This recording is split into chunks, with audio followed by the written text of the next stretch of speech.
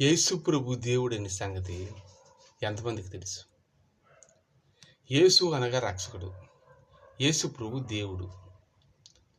అయితే ఇక్కడ ఏంటంటే, మనకి ఏ అపాయం, ఏ ఒక్క ప్రాబ్లం వచ్చినా రక్షించబడి ఒక యేసు ప్రభువే. అసలు యేసు అనగా రక్షకుడు. ఈ సాతాను చీకటి చేతుల్లో నుంచి, భయంకరమైన వ్యాధుల నుంచి రక్షించిన వాడు ఒక యేసు ప్రభువే.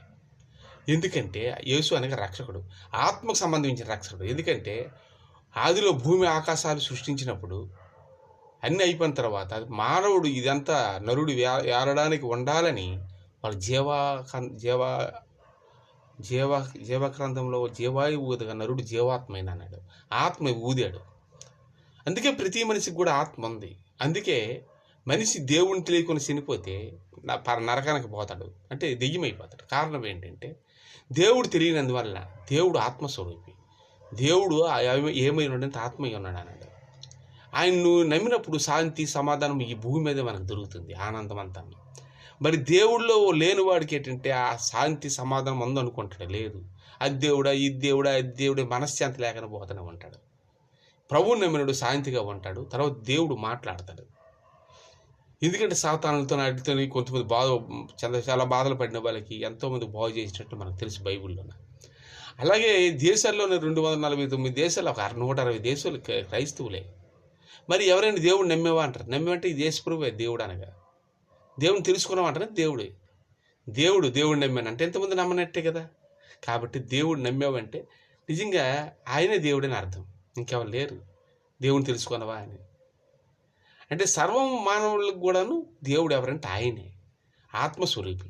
మరి ఇవన్నీ ఏంటంటే దేవుడు అంటే దేవుడు పిల్లలు అందరైనా తండ్రి ఒకడే కదా. అలాగే ఎంతమంది దేవుళ్ళు ఉండరు. సినిమాల స్టోరీలు, నాటకాల అన్ని రాముడు పాత్ర, కృష్ణుడి పాత్ర, ఆడ పాత్ర, ఏదో నాటకాలు అయ్యేవి ఆ రోజుల్లోన, పౌరాణిక నాటకాలు. అవి నాటకాలు అవి.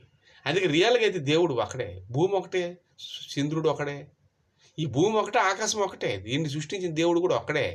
ఇవి ఒకటైనప్పుడు దేవుడు 100 మంది కోట్ల మంది ఎందుకుంటారు? ఉండరు. ఒక యేసుపురు దేవుడిని తెలుసుకోవడానికి ఏంటంటే ఎక్కువ ప్రార్థన చేసి ఆయన దేవుడు నిజంగా ఇవన్నీ కాదు. ఎందుకంటే నేను కూడా అన్నీ నమ్మి నాకు మా ఆరోగ్యం బాగోలేనప్పుడు యేసుపురు నమ్మిన నుంచే బాగుంది. ఎన్ని మందులు వాడిన ఏదైనా తగ్గలేదు. సాతాను చీకటి చేతులు పట్టి చెడిపోవరు పెట్టి ఏమో భయంకరమైంది.